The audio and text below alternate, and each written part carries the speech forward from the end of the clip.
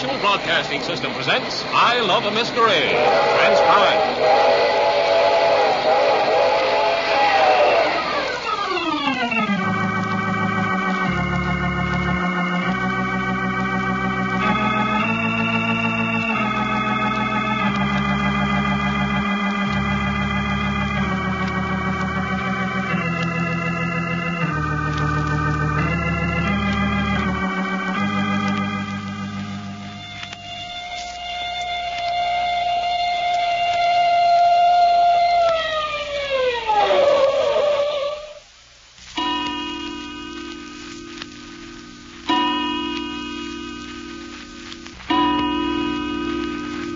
How about a few lights, Mrs. Martin?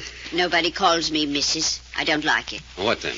If Randolph Martin isn't good enough for you, call me grandmother. Everyone else does. Very well. Grandmother Randolph, let's have some lights. Why? Unhealthy ideas grow in darkness. Unhealthy ideas? Murder's an unhealthy idea. What are you talking about? Murder's not in this house. You should know better than that. You saw one of its victims carried out of here last night. You, with the rest of your family, spent most of the night explaining your whereabouts to the police. Such a fuss over a chauffeur. Not a very good chauffeur at that. I won't argue that. Furthermore, the police had their gall suspecting that anyone in this house had anything to do with it. On the other hand, it's surprising to me they didn't take the whole family down and lock you up. What are you saying? Grandmother Randolph, you brought my two companions and me here to get your grandchildren out of some kind of a mess. Isn't that true? Yes. You haven't given us the first inkling of what that mess is. If I knew, do you think I'd call for outside help? Well, it should be plain even to you that the murder of the family chauffeur is part of that mess. Nonsense. The police themselves said that he wasn't really a chauffeur, but a member of a confidence ring working here in the motion picture colony. Nevertheless, he was killed in your house while in your employ. By members of a rival gang. Do you know what your chauffeur was doing last night before he came home and got himself shot? No. Yes, you do. If you know that, why do you ask me? You know that he was out with your granddaughter, Hope, and that he was killed less than 10 minutes after Hope said goodnight to him when they returned. The police don't know that. No. Neither do they know that your chauffeur killed a man in a drinking joint out at the beach last night. What's that? That he killed the man in the presence of Hope, and that the man fell across their table and bled on Hope's dress. That she gave the dress to the chauffeur to get rid of, and that he still had the dress in his hand when he was shot dead in your front door. How do you know this, if the police don't? I've had Doc and Reggie out investigating all night. They just got in half an hour ago. They're up getting some sleep now. But why don't the police know? Because the resort where your chauffeur killed his man was a hideout spot for shady characters. Now, don't worry. They'll find out in due time. My granddaughter, Hope, was in a hideout for criminals? Yes, I want to ask her about that myself. Who was the man he killed? Now, you can read all about that in the paper. Some gambler.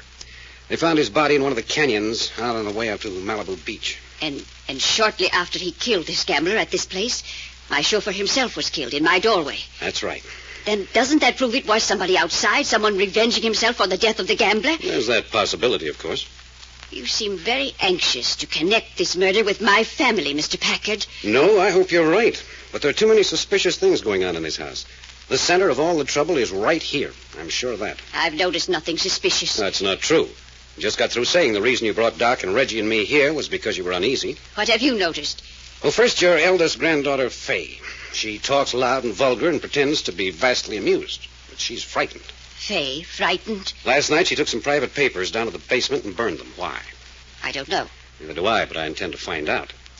Then Hope. Why did she go to that beach resort last night? Why did she pretend to be drunk when she came home when she was perfectly sober? I don't know. And Cherry. She's been slashed twice and pushed downstairs by someone she's never seen. Why does she talk in that frightened whisper? Who does she mean when she says they are after her? And what does she mean that Hope and her brother Job are in the worst danger? You can leave Cherry out of this. It's a lot of romantic nonsense. Twice slashed and thrown downstairs? You call that romantic nonsense? And the baby. There isn't any baby. I beg your pardon. I've heard it twice now. There isn't any baby, I tell you. Once it cried, and right after that, Cherry was hurled downstairs. Once it laughed and gurgled, and we found the chauffeur shot dead. It's ridiculous on the face of it. Babies don't laugh and cry on a given cue. How would a baby know that Cherry was about to fall downstairs? How would a baby know that my chauffeur was about to be murdered? Cherry says the baby cries when someone in the house is in danger. That it laughs when some enemy of the house is in danger. Cherry's a little fool. And protestations don't change facts. Facts indicate that something pretty vicious, something cold and calculating and terribly cruel has been unleashed in this house. You're trying to frighten me. No, I'm not. I'm reporting to you as my employer, what I've found. And now let's discuss your grandson, Job, for a moment. Indeed we will not. Yes, we will. Because Job owns a gun with a silencer on it. And it was a gun with a silencer that killed the chauffeur. Job wasn't even home. So he says. But the gun's disappeared, and the chauffeur was killed with the same caliber gun as the one Job possessed. The police don't know? No, the police don't know this. But I do. And I also know that when Job came home and saw the body in the doorway, he was pretty casual about it. He wasn't feeling well. Well, he was intoxicated, I grant you. But even so, he should have been a little surprised and concerned at finding a body lying across the threshold, which he wasn't. I forbid you to talk like that. You can't do that. I can't forbid you to talk? No. But I can most certainly remove you from this house. But you won't. Why not? Because then I'll be forced to turn over all my information to the police. You wouldn't dare. Yes, I would. If we're kept on to solve the murder in our own way, we'll try to protect you and your grandchildren's names. If you make it impossible for us to work on the case, then we'll have to let the police do it. I don't trust you. Well, that depends on what you mean by trust. If no one in this house has committed murder, then we'll cover up for you till the cows come home. If it should have been someone here. Then we'll root him out and turn him over to justice. I knew it. You can't be trusted. Now, look here. Are you trying to tell me that you think someone in this house committed murder and you brought us here to help you cover up for them? No, of course not. It sounds very much like it. No, all I'm asking you is to be sure. No circumstantial evidence such as the police would use. I'm sure none of my grandchildren has done anything wrong, no matter how much it looks it. Oh, that's it. You want them protected from court action and publicity until we've cleared them or proved them guilty. Yes, if they are innocent, and I know they are, to face a charge of murder would ruin us. You have my word. No one will touch them until we know for sure. Thank you. Now then, I've got to talk to Hope and Job. Are they in their rooms? Yes, it was 5 o'clock this morning before the police left. They're all sleeping. Well, they should be awake by this time. I'm going up. Listen. It's a baby crying. Now maybe you'll believe. But there isn't any baby. Wait a minute. That's the warning. Someone's in danger. Quick, upstairs to the bedrooms.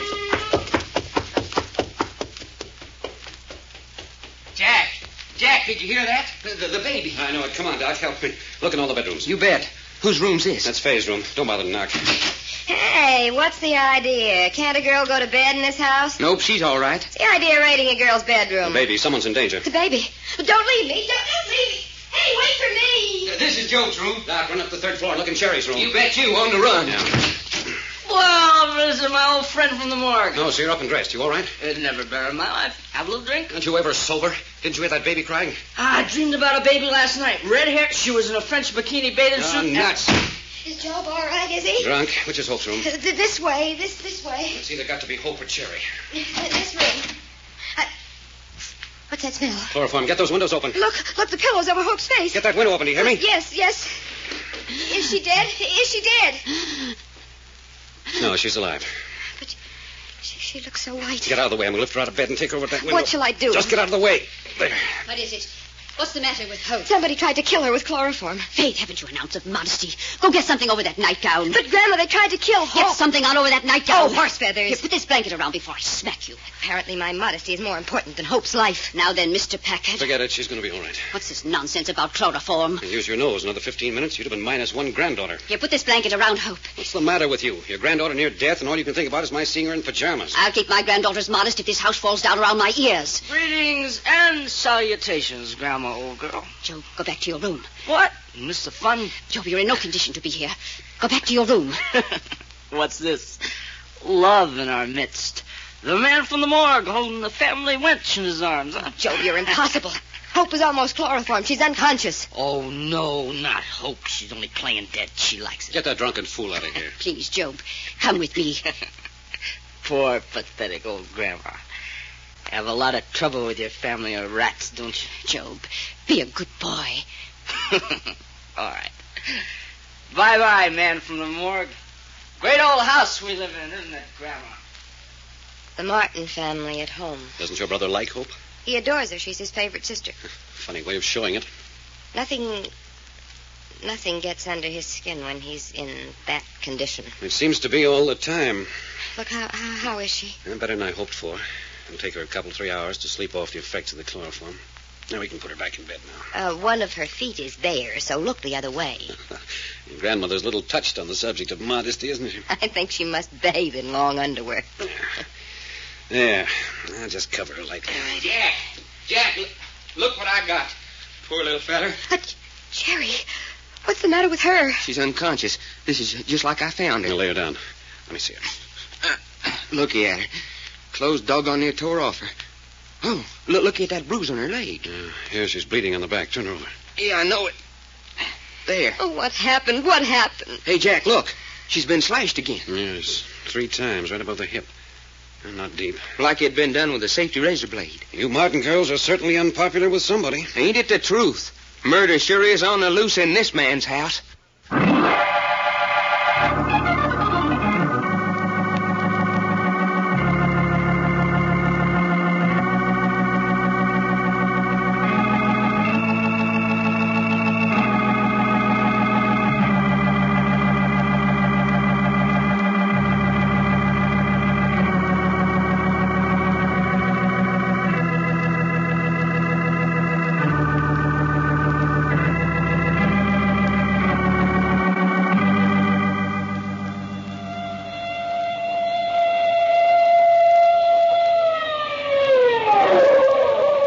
Further transcribed adventures of Jack, Doc, and Reggie will come to you tomorrow at this same hour.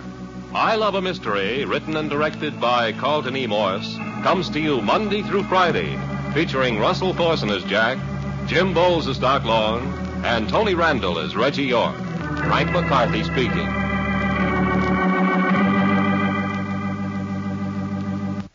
Listeners, I'd like you to hear a letter from a 4-year-old girl. The little girl is a French youngster, and I can tell you that our writer and producer, Carlton E. Morse, knows that it comes from the heart.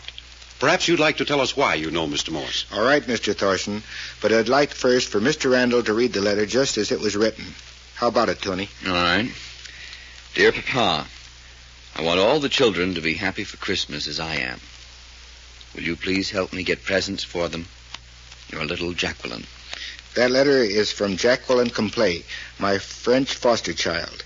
It was after becoming a foster parent that I realized the lack of any happiness and hope, which is the heritage of 1 million war children over there. Please listen while Mr. Thorson tells you what you can do to give these little ones a real Christmas this year. Listeners, start right away to gather toys and discarded but serviceable articles of children's clothing. Then here's what's next.